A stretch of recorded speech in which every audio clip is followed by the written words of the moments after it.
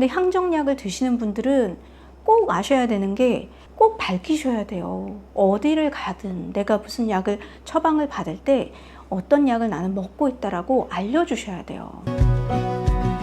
안녕하세요. 천인제 한의원 박우희 원장입니다. 네, 오늘 말씀드리고 싶은 내용은 의약품 안전나라 시리즈 2입니다.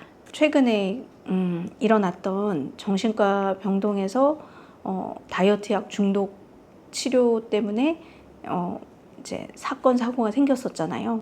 저희 환자 케이스인데 이건 좀 알려드려야 되겠다. 왜냐면 우리 환자분도 저한테 치료오기 전까지는 자신의 자살 충동이 과다하게 복약하고 있는 정신과 약의 원인인 걸 모르셨거든요. 이 책을 보고 알았어요. 의학에서 독약으로, 그리고 피터 게츠의 위험한 제약회사, 이거 다 의사분들이 쓰신 책이고요. 어느 날 이제 저한테는 난치 질환 환자가 많이 오시거든요. 그래서 소개를 받아서 오신 거예요. 친척이 치료가 좀 잘 되셔가지고 조카를 보낸 거예요. 근데 그분을 제가 처음 만난 게, 제가 화장실 갔다가 이렇게 여기 왔는데 대기실에서 발작을 하고 계시더라고요. 그분과의 첫 만남은 발작하는 환자를 대기실에서 맞닥뜨린 거였어요. 그래서 우선 좀 제가 저희 트리니티 치료기 가지고 응급처치를 좀 하고 조금 진정을 시키고 그 다음에 이제 상담이 들어갔죠.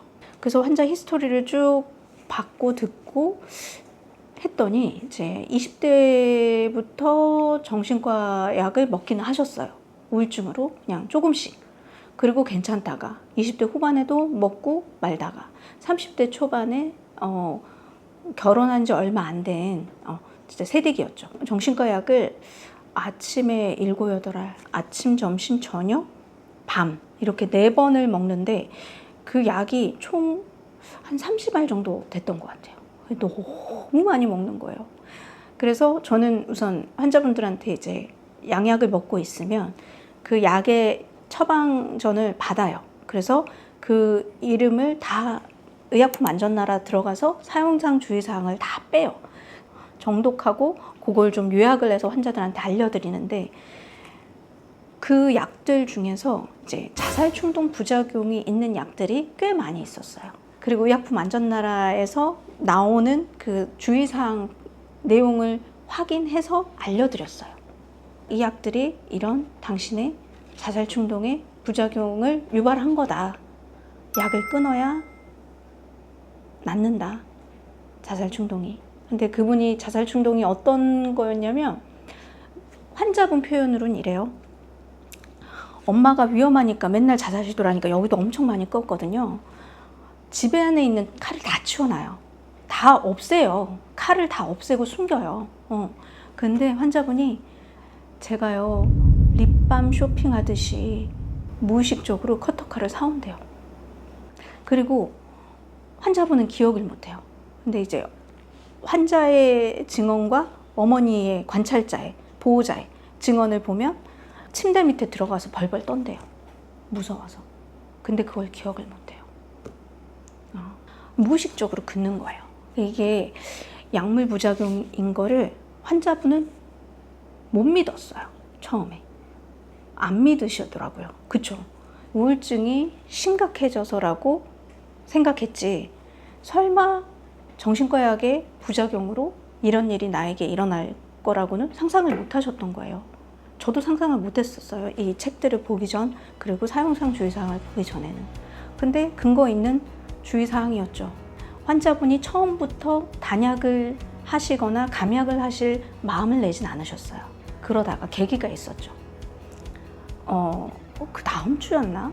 환자분이 그 내원하셔가지고 자기가 이제 끊기로 했다라는 거예요. 줄이기로 했다라는 거예요. 감약을 하고 단약을 하는 걸 마음을 먹었다라는 거예요. 왜냐면 그 사이에 증상이 좀 안 좋아져서 병원에 갔대요. 늘 다니던 그 대량 처방 받는 그 동일한 병원에 갔는데 원장님이 약을 더 늘려주신 거예요. 근데 그제서야 이분이 의약품 안전나라 들어간 거예요. 검색을 했는데 자기가 나타났던 그 증상이 발현이 되면 이 약을 끊어라 라고 돼 있는데 더 늘려주신 거죠. 그러니까 사용상 주의사항하고 반대로 처방을 하신 거예요, 원장님이. 그걸 보고서야 그제서야 저를 믿으신 거예요. 그래서 감약하고 단약하기로 결정을 하고 치료를 시작했어요.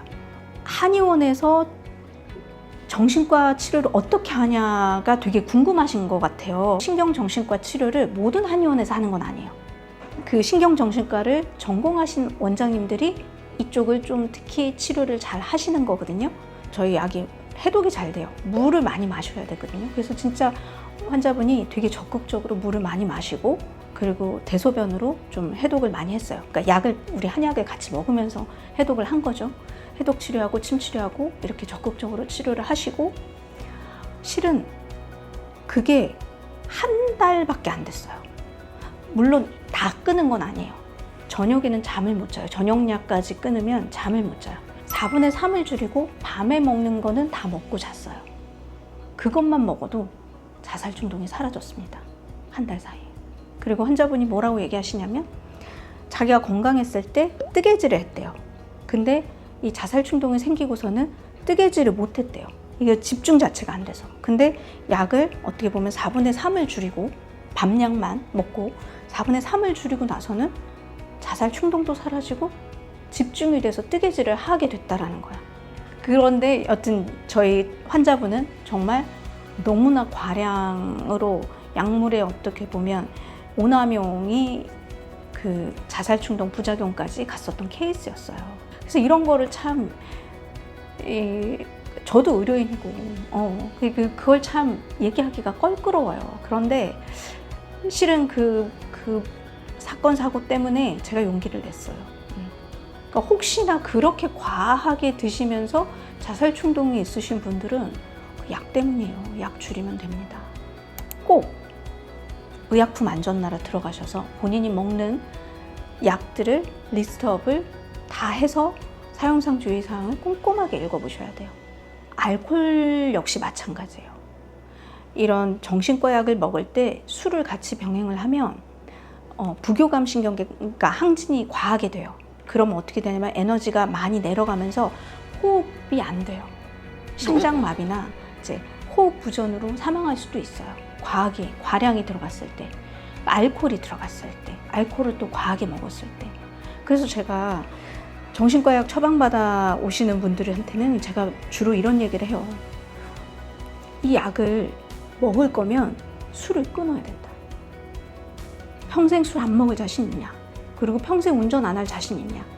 그럼 이 약을 먹어라. 그러나 당신이 이 술과 운전을 포기 못 하겠다고 하면 정신과 약을 최소한으로 줄이거나 끊어야 된다. 그렇게 말씀을 드려요. 그리고 만약에 병원에서 갑자기 응급 상황에서 응급실에 갈 수 있잖아요.